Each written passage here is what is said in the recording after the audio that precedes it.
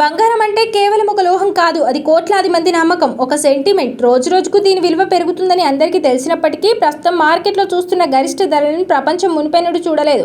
ఒకప్పుడు 10లో ఉన్న ఒక 8 గ్రాముల బంగారం ధర 100,000 దాటుకుంటూ వచ్చి ఇప్పుడు ఏకంగా లక్షలు దాటేస్తుందని మనలో ఎవరు ఊహించలేదు. దీని ప్రాధాన్యతను బట్టి అంతర్జాతీయ మార్కెట్లో రోజుకు 2 సార్లు ధరలను నిర్ణయించే ఆచారం దశాబ్దాలుగా సాగుతోంది.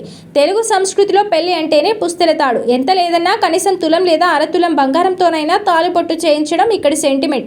కానీ ఇప్పుడు గ్రామ్ ధరనే 14,000 దాటడంతో తులం బంగారం కొనాలంటేనే 1,50,000 వరకు చేతిలో ఉండాల్సిన పరిస్థితి వచ్చింది. ఒకప్పుడు ఆడపిల్ల పెళ్లి కోసం తులాల లెక్కన బంగారం కొన్న తల్లిదండ్రులు ఇప్పుడు గ్రాముల లెక్కన కొనడానికి కూడా బడ్జెట్ సరిపోక తలలు పట్టుకుంటున్నారు. బంగారం ధరలు ఈ స్థాయిలో రెక్కలు రావడానికి కేవలం ఆభరణాల పిచ్చి మాత్రమే కారణం కాదు. ప్రపంచవ్యాప్తంగా నెలకొన్న ఆర్థిక అనిశ్చితి వల్ల చాలా దేశాలు వాటి ప్రధాన సెంట్రల్ బ్యాంకులు తమ కరెన్సీ కంటే బంగారు నిల్వలను పెంచుకోవడానికి ఎక్కువ మొగ్గు చూపుతున్నాయి.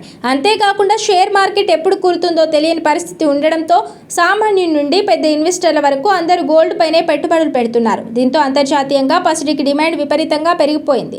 ఒక రకంగా బంగారం ఈ రోజు సామాన్యుడికి ఒక కలగా మారుతోంది. నిత్య జీవితానికి దూరం జరుగుతోంది. ప్రస్తుతం ఒక తులం బంగారం ఉన్న వ్యక్తిని కూడా మనం లక్షాధికారి అని అనొచ్చు. శనివారం 24 క్యారెట్ల బంగారం ధర 14,859గా ఉంది. ఈ ధర విన్నా మన ఇళ్లలో ఉండే పెద్దలు మా కాలంలో బంగారం చాలా చీప్ అనడం మనం వింటూనే ఉన్నాం. 1960లలో చిన్నపాటి ఉద్యోగానికి వెళ్ళి నెల మొత్తం కష్టపడితే కేవలం 25 రూపాయల జీతం వచ్చేది. కానీ ఆశ్చర్యకరమైన విషయం ఏమిటంటే ఆ 25 రూపాయలకే అప్పట్లో 2 నుంచి గ్రాముల బంగారం వచ్చేది. మీరు కూడా 8 గ్రాముల బంగారం కేవలం 94 రూపాయలకే కావాలా? అయితే మీరు కొనవచ్చు. కానీ దానికోసం మనం కాలయంత్రం ఎక్కి సరిగ్గా 60 సంవత్సరాల వెనక్కి అంటే 1960వ దశకంలోకి వెళ్ళాలి.